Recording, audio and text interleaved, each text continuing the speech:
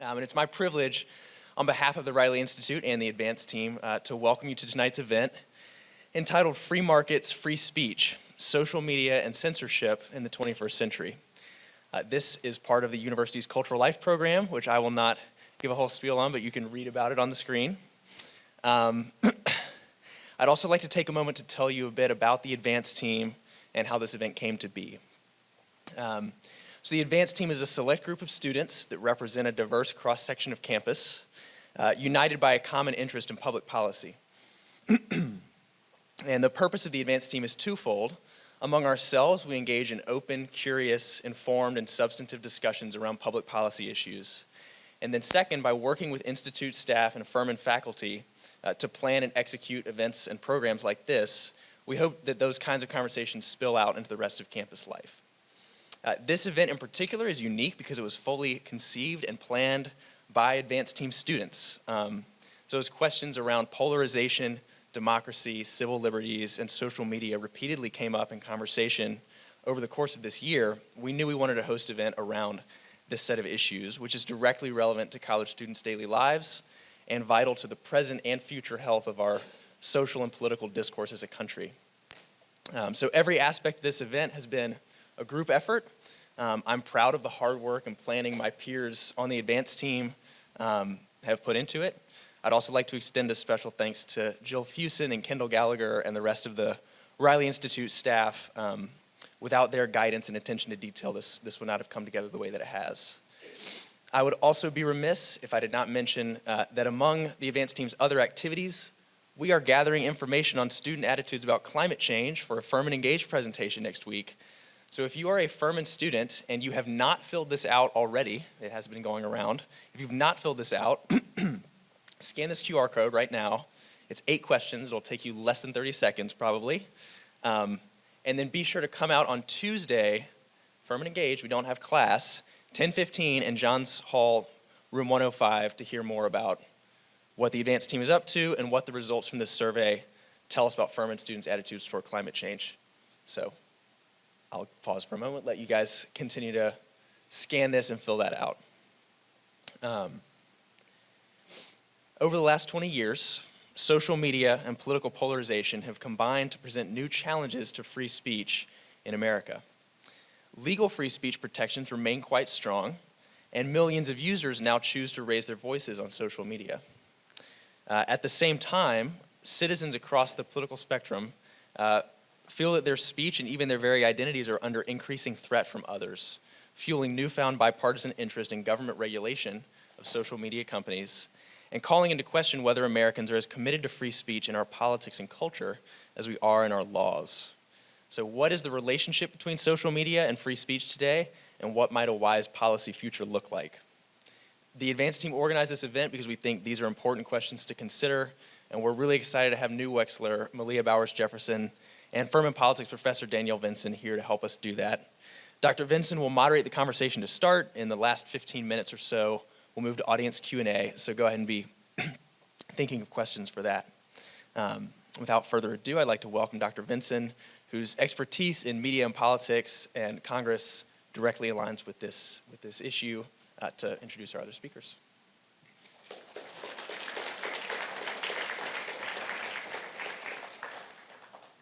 Thank you, Price, and thank you to the Advanced team for organizing this. Social media have dramatically changed the communication environment.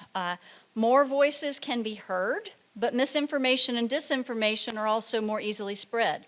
On January 6, 2021, we saw a particularly disturbing example of what can happen if misinformation spreads unchecked. Those events and others have raised questions about who, if anyone, is responsible for curbing false information and also have spurred questions about what options are available to social media companies or government to stop false information from spreading. We also have questions arising about what social media companies can do to protect their own reputations as information spreads on these platforms. But as some people, including politicians, have been banished from Twitter or had their social media accounts suspended, concerns about First Amendment protections have also occurred. Here with us tonight are two people who bring different lenses to the conversation. Malia Bowers-Jefferson is an attorney at Weiss, PA, here in Greenville, and has worked primarily in the area of trial and appellate litigation.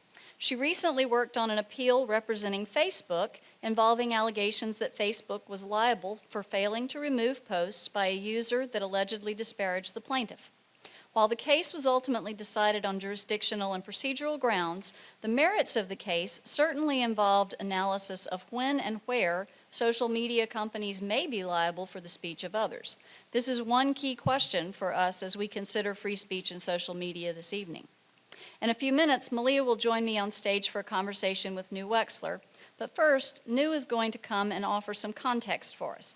New is currently a partner at 7 Letter, a consulting firm in Washington, D.C. that creates and develops and implements strategic communication plans for Fortune 500 companies, coalitions, nonprofits, and national trade associations. Prior to joining 7 Letter, New worked in the technology sector for Twitter, Facebook, and Google, focusing on privacy, cybersecurity, disinformation, copyright, and child safety as he helped develop and communicate global online content policies and worked on strategies to identify and counter violent extremism online. He's also worked on Capitol Hill, first for former U.S. Senator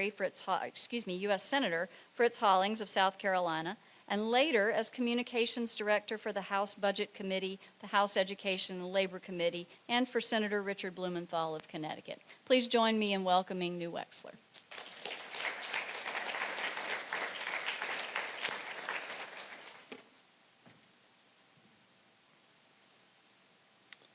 All right. Thanks, Danielle. It's great to be back at Furman. I won't run through all of the various connections in my life to Furman, but I will mention the most important recent one is that my wife Christina is a Furman graduate, former student body president, and we were married in the Furman Chapel in 2016. So it's always nice to be back here. So what I thought would be most useful for the conversation, because I think that the most interesting part of our event tonight will be the Q&A that we have on stage and answering your questions. But what I'd like to do is take a minute to set up, how we got to this point. And it might surprise you that the speech online hasn't always been this controversial. 10 years ago, we probably wouldn't have had enough interest in this topic. And 10 years ago, one of the people knew what the First Amendment was, but CDA 230, which is a big part of these conversations, a lot of people didn't really know what it was, except for a few of us who are working on those issues. So it's changed a lot. And to give you a sense of how much it's changed, if you were to sort of think of the first time that social media and politicians and politics, became a thing, I would say that it's probably the 2008 presidential election and probably the Obama campaign. I think that politicians had been using social media to organize in the 2004 race, and were sort of building up to that. But 2008 was really the year that it became a thing, and politicians started using it, and people started signing up for, Twitter, Facebook, and other platforms because there was a lot of political content that they wanted to follow. Meanwhile, globally, the U.S. social platforms, specifically Facebook, Twitter, and YouTube, became these organizing platforms in the Middle East during the Arab Spring, and you had a part of the world that was typically, you had people who were used to consuming state media, or people who were used to consuming, a different type of mostly censored media, who were now finding out about a whole world of information, and they were using it to organize, in a lot of ways in an effort to overthrow the government. And so everybody came out of, I would say, the Western world and institutions came out of Arab Spring, very enthusiastic about the possibility of social media and how it could be used, to further democracy. I know that people really at that point didn't even consider how it would be used for for harm. And in hindsight, obviously that was naive, but it was just a different perspective, a different way of how we looked at things. So if you go a little past that, there was a little more turbulence. When I started at Twitter in 2013, and to be honest, at the time, I don't think that they really knew what I was supposed to, like, I didn't have a detailed job description. It was just a sense that government and social media were going to become, they will be in conflict and there will be issues that I would have to work on. And, and they were right. And so the story that I tell, which is just feels like it's just from another generation, is that soon after I started, there was this, there was an incident in Kenya where a terrorist group named Al-Shabaab took over a mall in Kenya. And it was, it was national news here, and a lot of people followed it really closely. And it was just something that you never really thought about how it would play out on social media. And a couple days into it, a friend sends me a tweet, where this organization apparently has set up a Twitter account, and they are giving updates on what they're doing at the mall, including trying to negotiate with government. And they sent it to me and said, yeah, is this something, are you guys okay with this? And, and at the time I thought, this doesn't look good, but I don't really know how we fix it or what we do about it. And then so I talked to my boss and some of our execs, and, and then we have this conversation, and nobody really knows, like, are we supposed to take this down? Like, we don't know. Like, what rules are they breaking? And we had a long discussion. In the end, we took it down, but I don't really know. It was just, we took it down because it was something that we thought we thought we were supposed to do.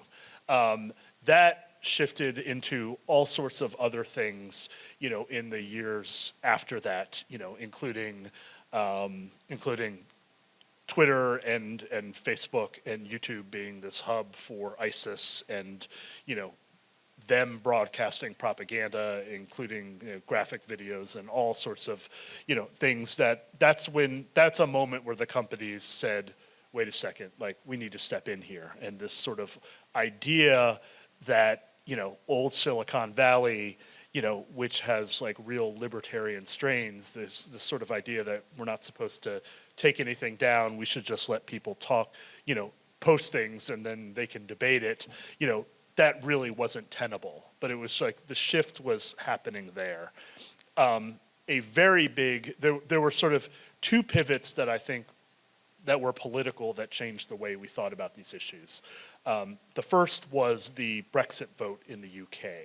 And it was this idea, like, if if any of you follow, British media, you have like the Times of London, you have these like media outlets that have been around forever. It's very much the establishment, and then you have, the Fleet Street tabloids, the Daily Mail, that are a little more conservative, but are more tabloidish, probably similar to the New York Post.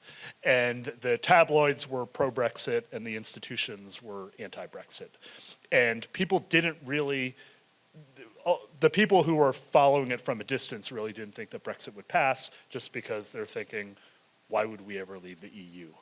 And it passed. And that was the first moment where governments, said, wait, what's going on here? How has the information flow been disrupted to the point where people are, are doing this, and how is it affecting votes? So that was part one. And part two of it, which was much bigger, was the 2016 presidential election.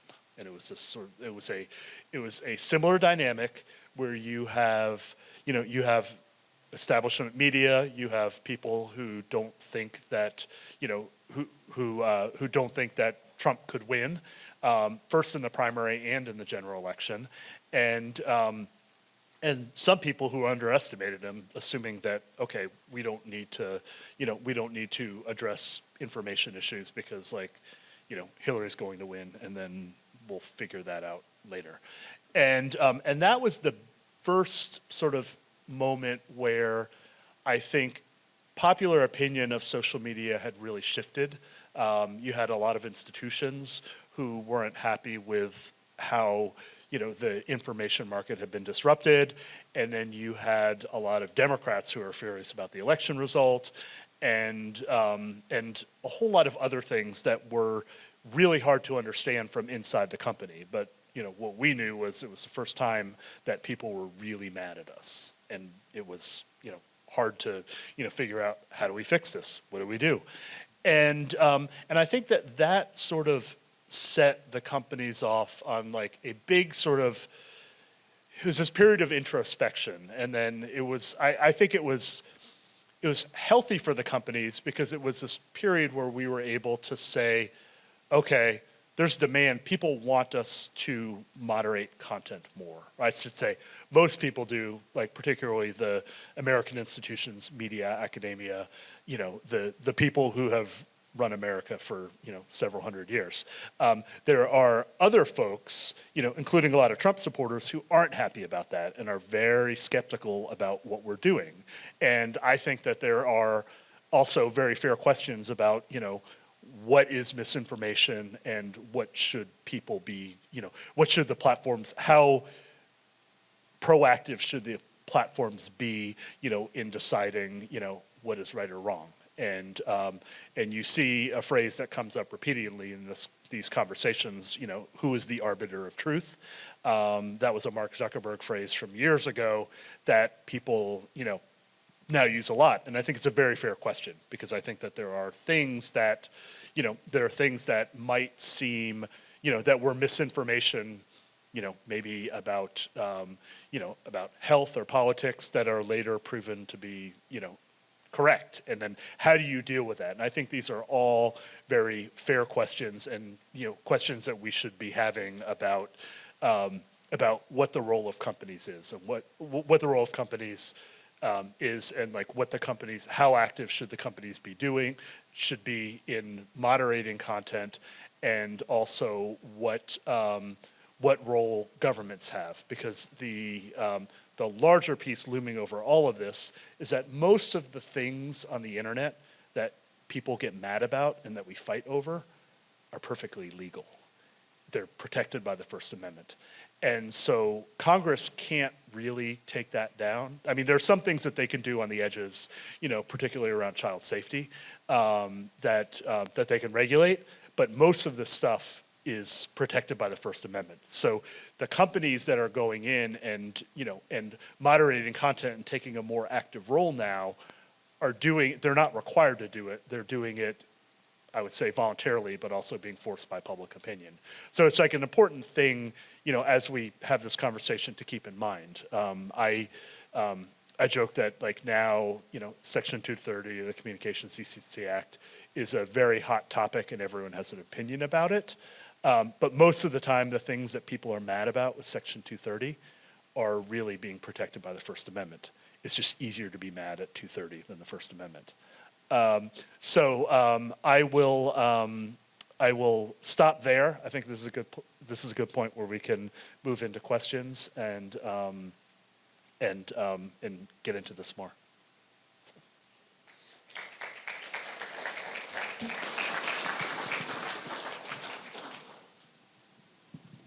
All right, we're going to take our places, and according to Jill, I should be able to walk and talk at the same time, but that could get dicey, even in flat shoes. All right, I managed, yay. Thank you, Nu. That's a good start for us. Malia, I want to pitch it to you for a minute to talk a little bit about how your work fits into this topic, and particularly pick up a little bit where Nu left off with how does the First Amendment fit into this discussion? Well, thank you so much, first of all, for having me here at Furman. It is always a treat to be amongst the Furman student body, which I think is amongst the finest in the nation, even though I'm not a Furman graduate. But in regards to where my work intersects with the information that Nu just shared, really relates to my work in representing media companies, helping them understand where they are trying to walk this fine line between protecting their financial investment from a commercial side. I mean, the social media companies that are out there are not non-for-profit. So, they have a profit motive, and there are certain things that are motivated by their profit motive. But there are also things that they do that are motivated by public opinion and also government pressure. I think where people get a little bit twisted around is believing that the First Amendment applies to, let me restate that. I think that where people get confused is believing that Facebook or Twitter or any other social media platform has an obligation to observe your First Amendment rights. The First Amendment is very important, and it is the First Amendment for a very real and valid reason, because we wanted to be able, or our founders wanted us to be able to have this ability to speak freely without government oppression or government compelling us to say certain things, which a lot of other countries around the world have issues with. So the First Amendment is very important, but it relates to government's ability to regulate your speech. And it actually does not impact a private entity's ability to regulate your speech. Those private entities actually have their own First Amendment rights. And often when I represent traditional publications or media outlets, it is in the space of defending them from defamation. So if you think about the Greenville News, New York Times, New York Post, any of these kind of traditional print publications or news, you see the news anchors on MSNBC, if they say something that is defamatory, the First Amendment does not protect them from that. And there are certain things that have to be proved in order to hold a publisher liable. Well, now we have this evolution of how people get information through these private companies that we have called social media companies primarily. And I think that's where the Communication Decency Act comes in, at least Section 230. So I'm probably talking too much, and you can just cut me off when you need to. But I just wanted to say briefly that the Communications Decency Act was originally enacted to protect children from these types of harmful communications or dissemination of information that would be harmful to children. And then Section 230 came along, and it provides that internet service providers, these third-party intermediaries like social media companies, have, in some sense, immunity, right? They are not liable for the speech of their users. And I think that's where people are having a little bit of a rub, right? You are making all of this money from these users having this interactive experience, and there are contentions about how much you should moderate that. But right now, under the Communications Decency Act, most of the information, even if they just left it up there, they would not be liable for, because Congress has enacted a statute that provides them with a safe harbor. New, did you want to add anything else on the Section 230? No, I think it's important. It's also better to hear it. I'm not a lawyer, and it's better to hear it from a lawyer. But it is this sort of like, it's like there are some laws that either sort of get tied up with some type of like political fight where it just sort of spirals out of control, and people will say, oh, according to the First Amendment, you have to let me say whatever I want, and then people say like, okay, and when in reality, what the First Amendment does is it protects a lot of platforms. It allows them to moderate because they can say, okay, you can't make us, carry this type of content. So, a lot of people just sort of mix them up. And the point that I was making earlier is that the First Amendment is on a pedestal. It's something that it's this great American tradition.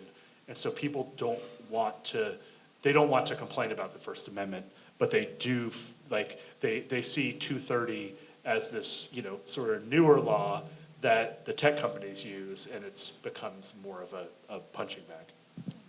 I want to get into a few specific issues that have arisen for the social media companies.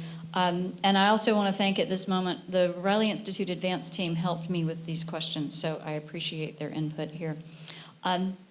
Do you think that banning people, and the specific examples we've seen recently are folks on the far right from social media sites, is it justified, and particularly what are the motivations behind such decisions from the company's perspectives?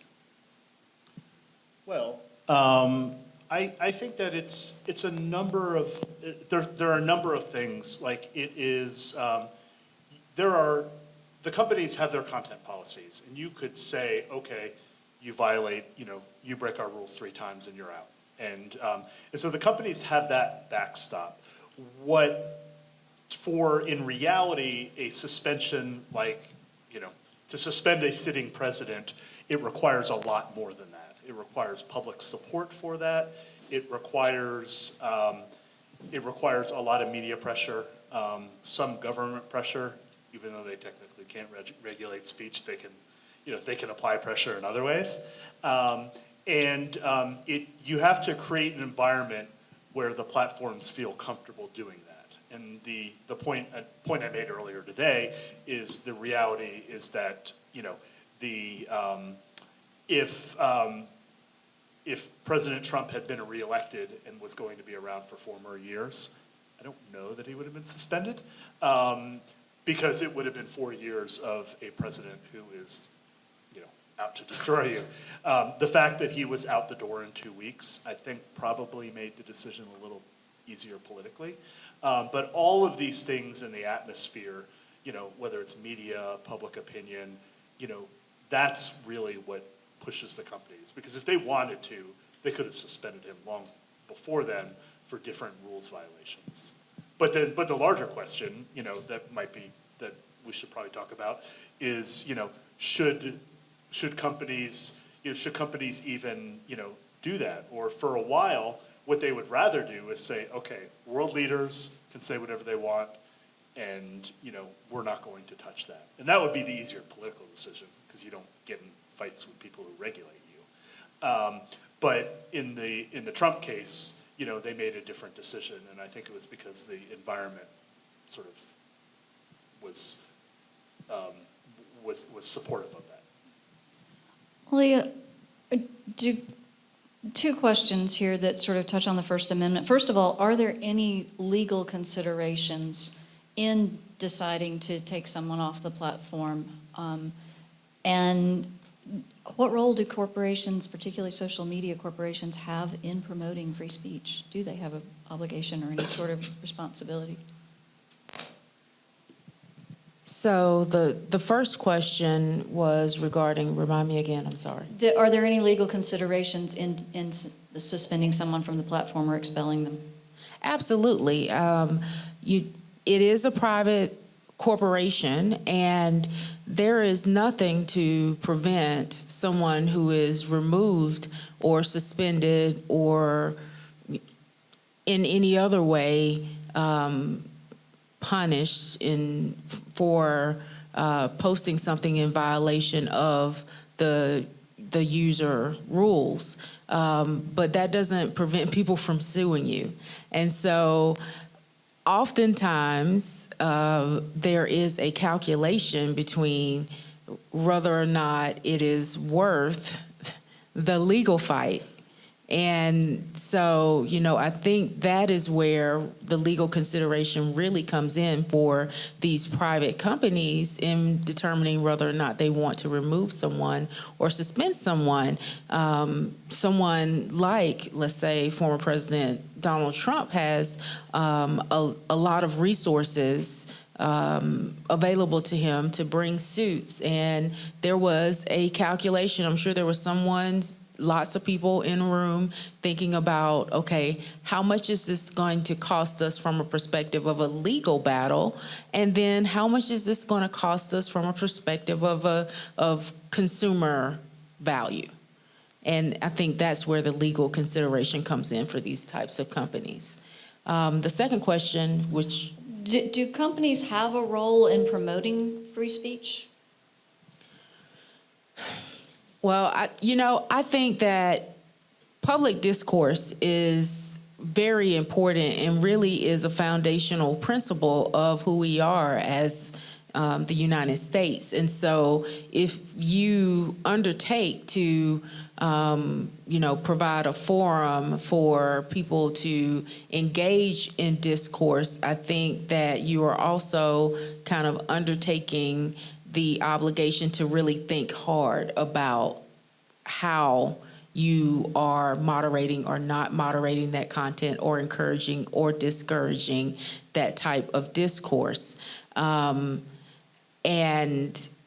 I think that whether you agree or disagree with the removal of what is considered misinformation or otherwise misleading information, I think that there is a segment, particularly in the legal community, and probably the larger community, that just thinks about this whole concept of the marketplace of ideas, which is 100 years old or more, where we want people to engage in public discourse with the hopes that the truth will rise to the top, right? And that consumers of the information will make their own judgments about what to believe and not to believe.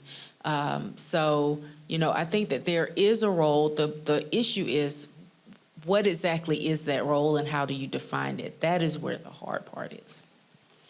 No, I'm curious. Don't take this cynically. Social media companies are a business, clearly. They want to make money.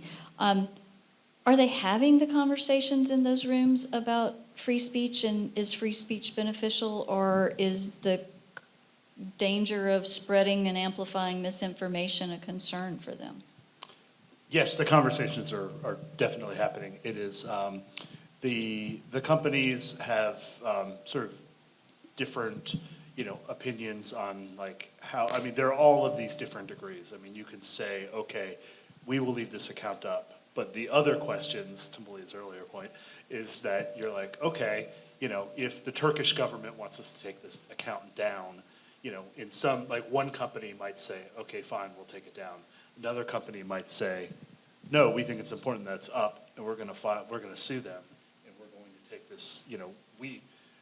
When I was at Twitter, they were sort of the ACLU of the social media world, and we took cases, we won cases like before in Turkish court.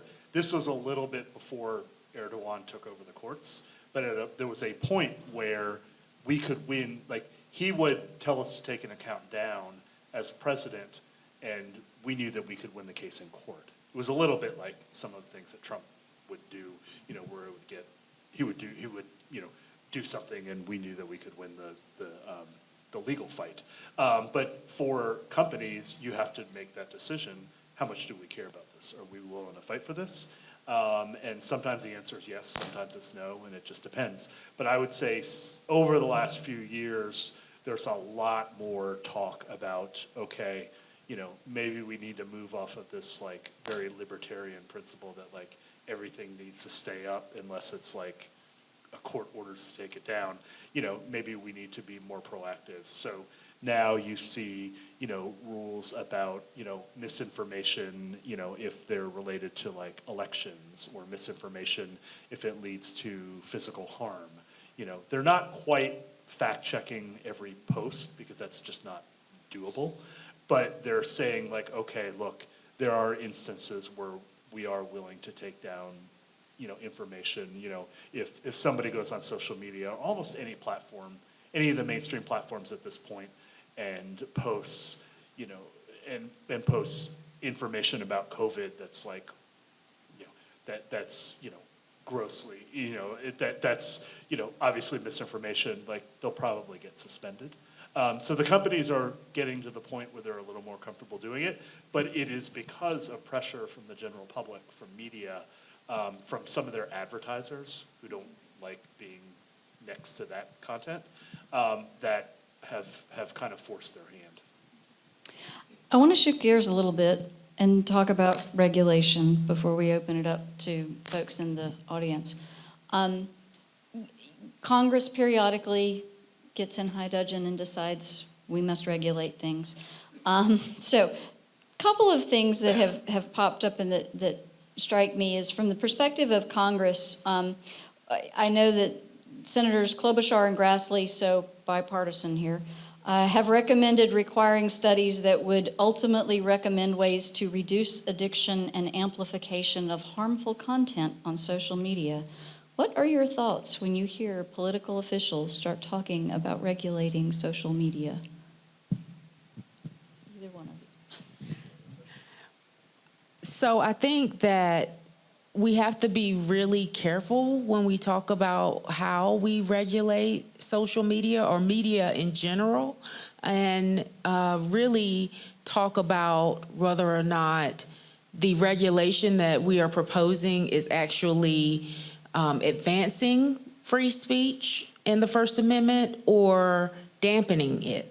And in my opinion, a lot of the talk now that is happening around regulations of these media companies, particularly in regards to modifying Section 230 of the Communications Decency Act, would have the effect of inhibiting people's ability to exercise the First Amendment. So, I think that while it is important to want to make sure that our children and people who are highly impressionable are receiving content that does not harm them, we have to be careful about how we do that.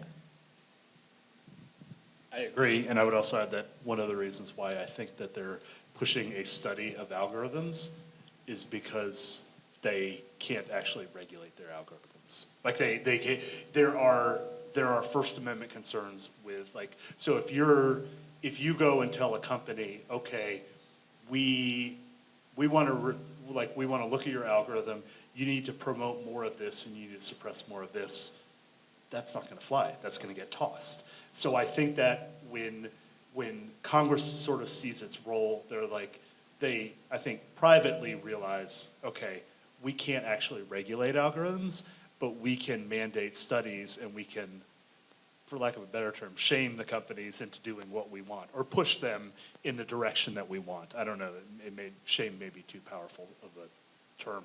But I think that the reason they're pushing studies, I mean, Washington, that's what you do. When you know that you either don't have the votes or support to do something, you issue a study or form a commission, that kicks it around and keeps it in the news for like 6 months. But I think that's where they're going with it because they're having a hard time figuring out. So I think that there are plenty of things that Congress can do about regulation. There are plenty of things that they can do about like data privacy. There are a lot of things they can do around child protection, and it's a lot of public support for that. So I think it's more likely that something like that is going to move. But the idea of like making companies, carry the types of content that Congress likes, you tell me, that seems like a dead end, like a legislative dead end for them. Well, I think it's a judicial dead end for them. But from a legislative standpoint, I also agree with you that when you see politicians talking about commissioning studies or having these inquiries about what should or should not be happening, that really is more motivated from a a PR perspective to create this groundswell of public opinion to pressure whatever industry into doing what government thinks it wants the industry to do, because there's not an ability to actually regulate that. And in the United States particularly, I mean, because, again, going back to the fact that these entities are for-profit entities, at the end of the day, I think a lot of their decision-making is centered around how will our users engage with us if we do this particular thing.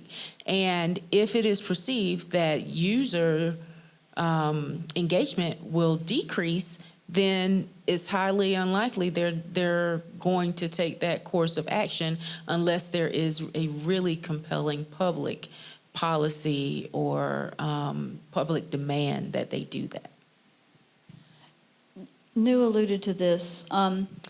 There is a long history in our country of media self-regulating in some ways, either in response to these government studies or to help keep government from regulating them. Some of you in this room are old enough to remember the days before television had the parental warnings in the corner on broadcast television. That came about because Congress was contemplating imposing regulations on television content, especially quaintly during the 8 to 10 o'clock hour in the evening when children might be watching. The students today are like, really, people watch television? They did.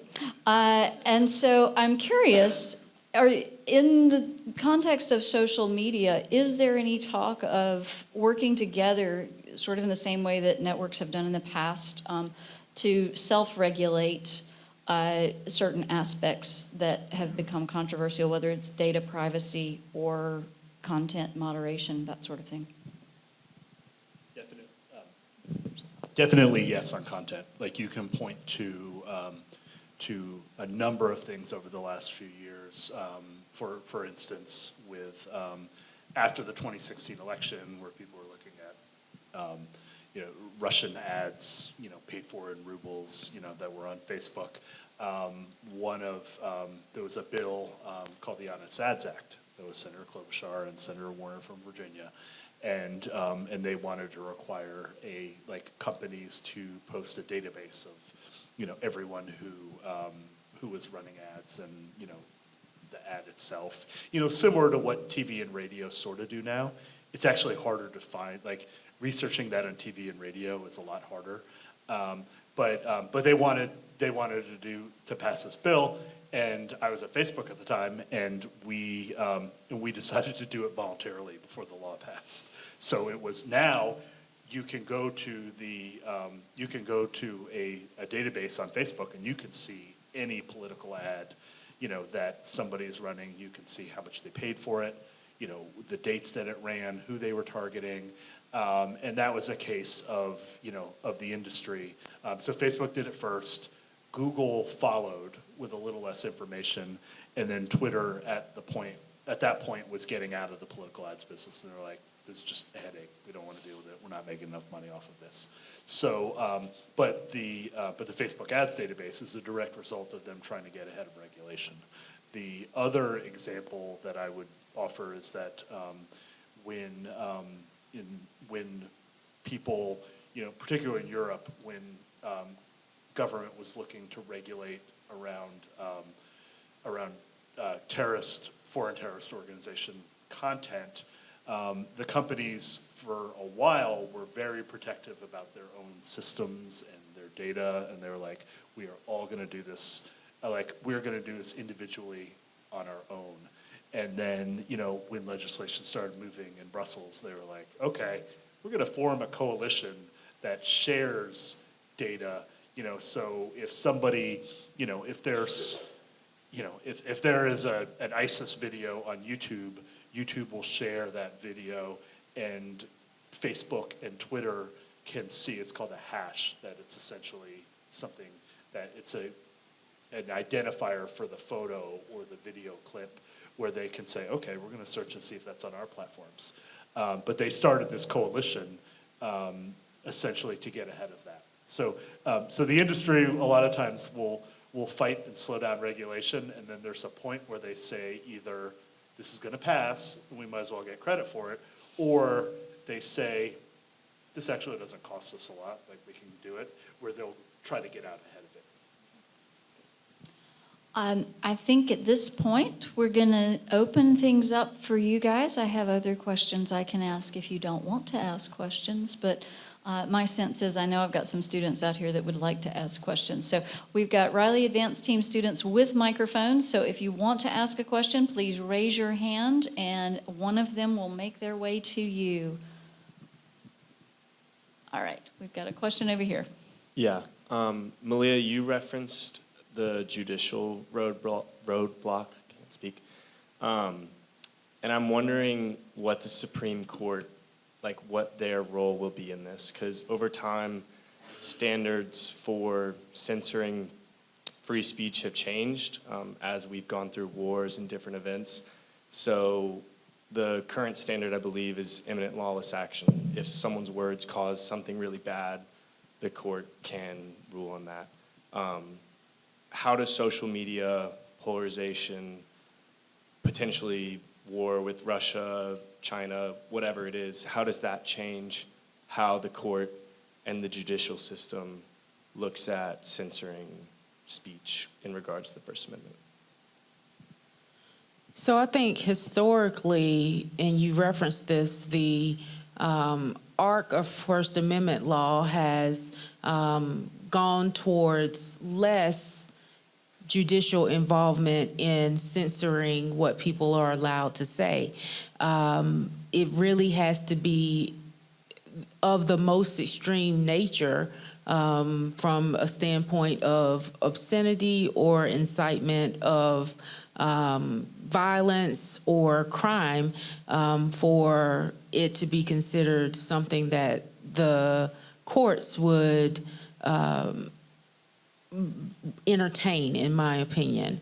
So, I think that standard is really high. I don't necessarily think that our current political environment is going to change the way the courts view the First Amendment and their role to make sure that government doesn't overstep. Because again, I think we have to be careful when we talk about the First Amendment in making a distinction between what the government can prohibit or allow versus what private industry can prohibit or allow, which is much more related to the user agreements that you haplessly click through when you sign up. Okay, we've got a question up here toward the front. Wait till you get the microphone. That way we can hear you a little bit better. I was there in the 80s as we fought both for and against the Fairness Doctrine. And it was, and I know the reasons behind it, I know the economic reasons that ultimately killed it, but there was this expression that was used on both sides that I still find a pretty valuable one called operating in the public interest. And I cannot, for the life of me, see how the social media can be the lifeblood for conspiracy theories and feel in any regard that it is operating in the public interest.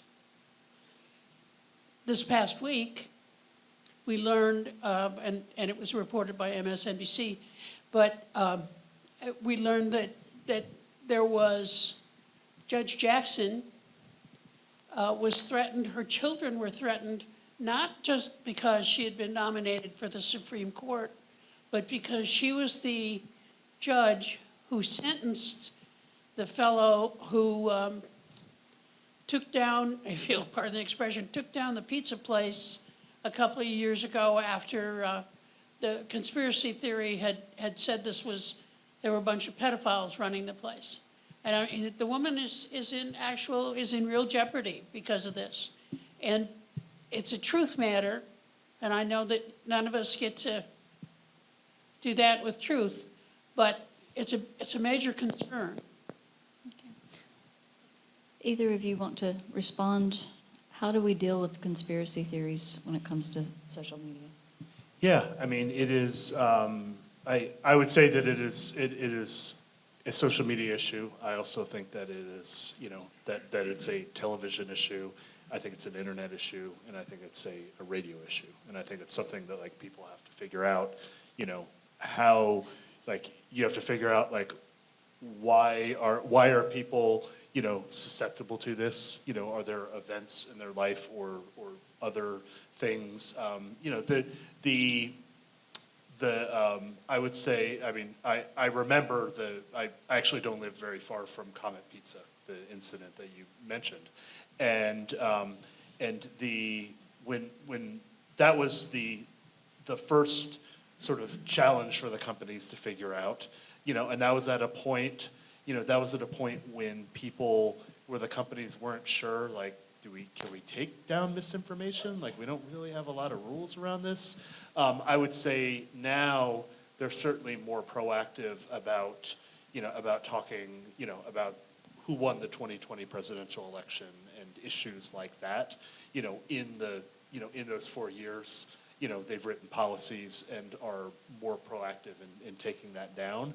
But it's still something like, you go to a protest in Washington and there are people who have signs, with absolutely crazy stuff. And I think that's like that's a question for America. And I think it's also a question, as we look at, at like decentralized news, that is like, there was a point, even when I was a kid, where you basically had, 3 news networks. You had the New York Times. You had a very small number of news sources that were credible, and they weren't printing, crazy conspiracies. And like now in this sort of era of, a million different news sources and, everyone has a voice, you see more conspiracy theories flourishing. And I think that, I think there's a real role for social sciences to play. And companies need to, to turn over data and let academics research and figure out, okay, how do these things start? And like,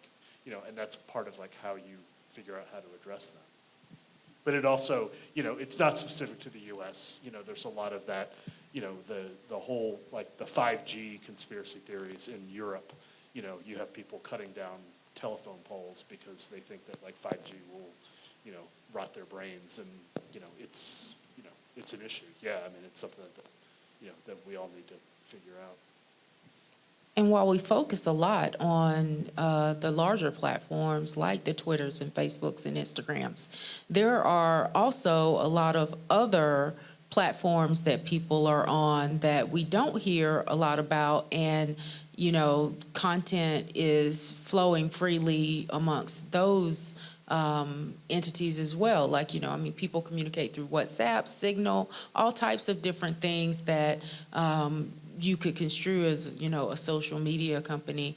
But the question is, there is so much information that flows through these entities on a daily basis. So from a practical standpoint, there's also some difficulty in the way that you moderate that content as well. Other questions? There we go. Somewhat going off what you just said, the internet has proven time and time again that you can always find information in the small corners of the internet that the government cannot manage and social media companies cannot monitor the information going through. Do you see a potential issue with censorship on large social media platforms where the most people can view content, and potentially forcing people who are removed either on the far left or the far right from these social media platforms being sent to these niche corners of the internet where they're only going to find people with the same radical ideas they have and form even more radical ideas and concepts because they're entering an echo room rather than the larger social media platform? Yes. I mean, it's no, it's absolutely something that when people talk, to give you an example, this is different from misinformation, but when, back in the days when we were dealing with, terrorists using social media, you would expect the Pentagon, the United States government, to say, take that down, this is dangerous, this is like threatening American lives. And their response was actually, we would rather have it out in the open. For them, obviously, with the intelligence community, they want to track and monitor some of this. But it was this sort of idea that is, we're not going to eliminate this. Like, there are people who believe these things, and if we force them, so the interesting thing is, while the big platforms get a lot of the media attention, a lot of the political attention, they're actually moderating the most content right now. It's also because they're also making the most money, and they can afford larger trust and safety teams, and they also have the most to lose. Like, they have advertisers who are going to get mad. If somebody says crazy things on 4chan, they're not going to lose advertiser. You have the fringe platforms, don't have anything to lose. Like, so Gab can say, we don't moderate anything, and that will last for a while. But there are always incidents that even force them to take action. But yes, you're absolutely right. When the big platforms take down certain types of content, it migrates to the fringe platforms. And I think regardless of what our social media companies do, because people are seeking out specific information rather than a broad cross-section of information, you end up in these echo chambers that you're talking about, where you're just getting fed back what you already believe. And so for me, I have been thinking a little bit more about, like, is this a social media problem or a larger problem with how we interact with each other? Because really the best, in my opinion, way to combat misinformation, right, is for you to be having conversations with your neighbor and challenging what they think and believe. And because we have this kind of security of saying things from the comfort of our computer screen, those types of conversations are not happening. And I think fundamentally that is the source of why we have this type of problem right now, is because we're not really talking to each other, we're typing to each other. All right, we are about out of time. I see one hand over here, and I'm going to give the student the last word up here.